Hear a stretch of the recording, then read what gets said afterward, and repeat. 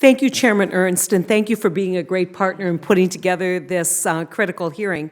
Our subcommittee, we want to point out, is the only one so far in this Congress, in this committee, to hold a hearing. And last Congress, when I chaired this subcommittee, we were only one of two. And so I think it highlights for us the importance of rural development. And I often say this, and I think it's true, with the exception of my partner on this subcommittee, we wake up every morning thinking about rural America. Not a lot of folks in the Senate do. That's because we come from rural America and we know what a great opportunity is to grow our economy if we focus on these areas. I don't think there's any doubt that USDA Rural Development is one of our country's greatest success stories. It's brought electricity, clean water, broadband, and critical infrastructure to remote areas of our nation. We've seen great progress, but there's still more to do. I think a lot of people don't realize it, but 85% of our country's persistent poverty counties are in rural America. Poverty isn't just an urban issue. We need to remember that when it comes to these critical issues of economic development. I grew up in a small rural community that served our farmers. It's a little town called Mantador. If you don't know where that is, it's between Barney and Great Bend. I don't know. But it tells you, yeah, you've been there, right? My family, incidentally, was 1/10 the population. So we have great bragging rights. But growing up in those communities, we know how difficult it is for communities to modernize wastewater facilities, expand high-speed internet, or invest in community facilities. USDA Rural Development's partnership with rural America makes that possible. I'm proud to have been part of writing a 2014 Farm Bill where we continued critical investments, improved the way we operate, such as incentivizing greater regional coordination to make the best of our federal investments. As we'll hear this morning, rural economic success isn't exclusive to USDA. Other important policies like the Renewable Fuel Standard also plays an important role in providing business certainty and ensuring markets for developing technologies. Most people don't know this, but North Dakota has a vibrant startup community, and we're proud to have new small businesses popping up all the time. In fact, I recently did a tour of Northeast North Dakota where I heard from rural developers, and one of the issues that I heard, which was fascinating to me, is we used to believe in economic development back in the 90s that if you simply created primary sector jobs, new wealth creation jobs, that would revitalize rural communities. What we're finding out is that we need to create other kinds of opportunities and look at growing communities, whether it is internet, whether it is a more vibrant retail sector, things that would attract businesses to those communities. In fact, those 3 communities that I visited in that region has almost 100 primary sector jobs wide open with no applicants. And so it's a reminder that the work that we do in building infrastructure is absolutely critical, along with affordable housing, which tends to be a real challenge in rural America. So I'm excited that so many small businesses are with us today. A company that wouldn't exist but for a rural development loan, which utilizes R&D programs to grow their business. I'll do a full introduction in a bit, but Dakota Turbines is an excellent and perfect example of how federal investments can grow small businesses, create jobs, and build a small rural community. So thank you for being, all of our witnesses for being here today. I look forward to a productive discussion on the importance of rural development and the ways that we can work together to continue these investments. Thank you, Chairman. Well, thank you, Chairman Ernst, Ranking Member Heitkamp, and subcommittee members for inviting me here to testify before you today. My name is Cris Somerville, and I'm co-owner of the small wind company Dakota Turbines from North Dakota. I'm also a member of DWEA, the Distributed Wind Energy Association, which is our national trade group with over 100 members dedicated to promoting the distributed wind industry in America. Today, I'd like to share with you my perspective of the U.S. distributed wind energy industry and how it relies on our government's continued support through effective incentive programs like the USDA REAP program and the Small Wind ITC. First, I'd like to explain what distributed wind is. It's sometimes referred to as small wind because it's usually a single turbine under 100 kilowatts that serves an individual local site. However, distributed wind can also include larger turbines and community wind projects that are deployed behind the meter. But large wind farms are not included. Electricity produced by distributed systems is consumed locally, offsetting power purchased from the utility, which results in reduced electric bills. The typical customer is rural because a proper wind turbine installation requires adequate land space and tall towers for unobstructed access to the wind. Distributed wind has all of the typical renewable energy benefits, including environmental, electric price stability, energy independence, and national security. But what I really want to focus here today is one very special benefit, which is made in the USA. The U.S. small wind industry is comprised of 90% American-made machinery. American small businesses like Dakota Turbines are employing thousands of skilled workers, and we have a network of over 3,000 suppliers nationwide. Our projects require local construction labor and O&M support, concrete, wiring, trucking, trenching, backhoes, and cranes. All combined typically represent 50% of the cost of the system. So our industry truly is American small businesses, which are often rurally located, doing work with other American small businesses.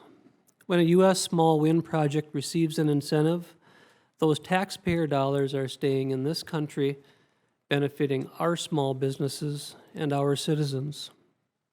Just in the U.S., there are literally tens of millions of suitable sites for distributed wind systems.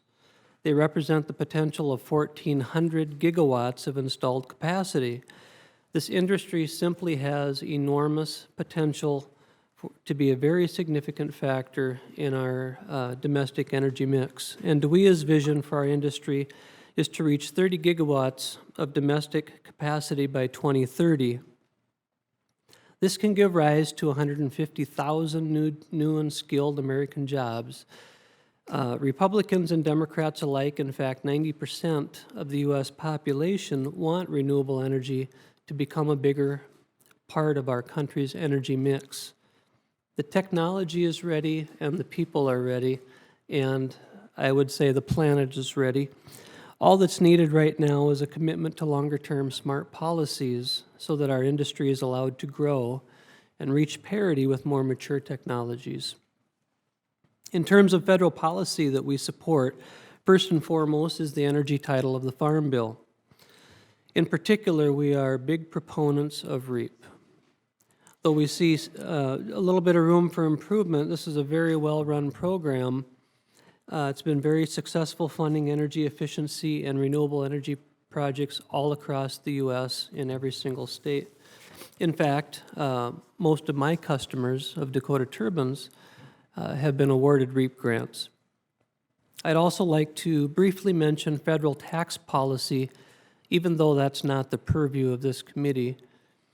Dakota Turbines and DOEA are urging Congress to extend the small wind ITC for businesses and residences, sections 48C and 25D. Though extended for solar, the ITC for small wind and other clean technologies expires this year. And if all renewable technologies are not treated fairly, then Congress is picking winners and losers and putting valuable growing American small companies like Dakota Turbines and American jobs at risk. In closing, the U.S. distributed wind industry is all about supporting small businesses and American jobs. Its customers are rural and ag-related. Supported by strong policies such as the REAP program and the small wind ITC, it's a shining example of positive economic development in rural America. And I can't think of a more responsible use of taxpayer dollars, and I strongly urge continued federal support. So thank you again for having me here today, and I'm happy to answer any questions. Thanks, Chairman. Cris, just an update on your testimony. You talked about the work that we did at the end that provided wind tax credits, production tax credits, and ITCs for solar. We're now working on an amendment that would correct and include those who were left behind in that effort. So, from your ears to our work, or from your mouth to our work, we are in fact working on an amendment that would accomplish including small wind ITCs in our FAA reauthorization, so we'll keep you posted on that. I want to just switch from wind because obviously I believe that a lot of your market could be the international market. I've been all across the world and have seen firsthand the need for a product that you develop, that can be managed locally, that may not, in fact, ever need to attach to a grid, but can provide that opportunity for electricity in areas that do not have electricity. And one of the challenges that we have is so much of our public policy has really been large command control with huge distribution systems that may not be, in fact, the system that is needed in a village in Africa. It may, in fact, be something very similar to what you're producing. And so we're very excited and very grateful that you are also looking at producing a product that is low maintenance, because I think one of the things we get afraid of is if you put it there, can in fact the people who live there manage the project? And so really look forward to seeing your business grow, look forward to seeing your efforts populate not only the rural landscape in North Dakota, but also across the world. And we think that's a real growth model. Now, with that said, you're also on the empowerment zone committees. You also work very closely with rural development in general, not just in your project.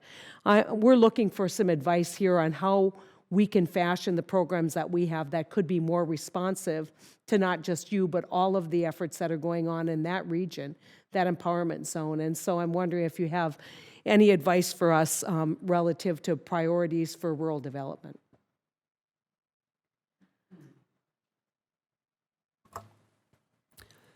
Well, thank you for the question, Senator. I think I'm going to have to get back to you on that. Okay. I mean, it would. That's a wonderful question. I'm at a loss right now. Just to give you an example, I was all over northeastern North Dakota. I did a panel and a roundtable in Walhalla. I was in Cavalier. I was in Grafton. All places that have some great primary sector development. I mean, we've got Marvin Windows, we've got biofuels. We have a lot of projects out there. Their problem that they have right now is they can't find workforce. And so let's say, Cris, that you were able to land a couple big contracts and needed to triple your workforce. Do you think you could find folks immediately that could be ready to work and develop your business with you? No, that's a terrible problem. In our area of North Dakota, we've got one of the lowest unemployment rates in the country. It's very difficult to find workers, particularly that have a technical skill. Housing is a big issue in our area. Education is another issue. I think that we could do more to promote our trade schools. Not everybody has to become a doctor and lawyer. It's okay to be a precision machinist. Yeah, go get a 2-year degree and come work for us in Cooperstown, North Dakota. Yeah, we've got good jobs in these small towns. We had a long discussion about in these meetings about how you educate people who are even in grade school and then growing up in high school about what these opportunities are and what the skill sets are that people need. And I think we're failing miserably because we've created a presumption that without a 4-year degree you will be an economic failure, which is absolutely not true. And so we're going to work really hard on that piece of it. But I'm very concerned about kind of this idea of quality of life. By that I mean many of our young folks think you have to live in our case, in Fargo or Grand Forks or Bismarck or Minot.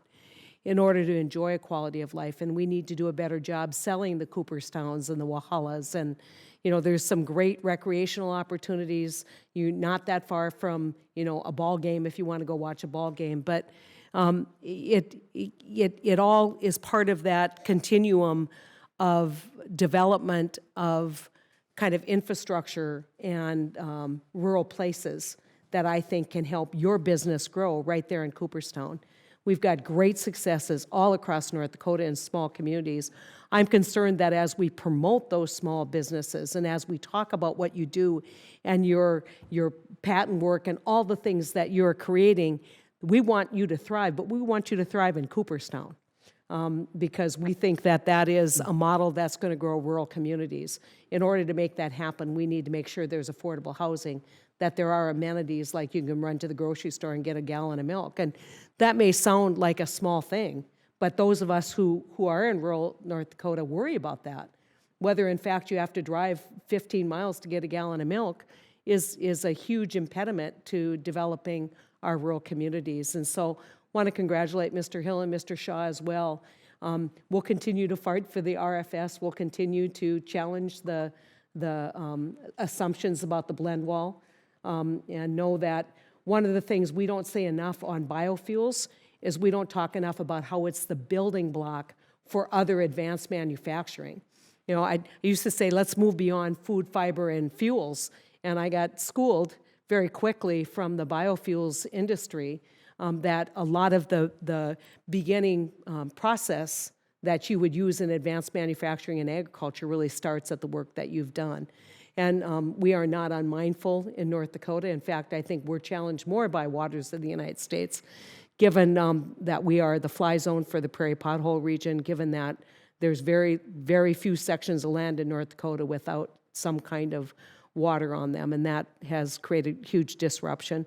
But we're serious in this committee, and I'm serious about rural development and making sure that we extend economic opportunity not just to agriculture and agriculture-based industries, but that we look at how we can expand and utilize those rural communities and the rural infrastructure that we have. And so congratulations. We're all in this fight together, and thank you, Chairman, for calling this hearing.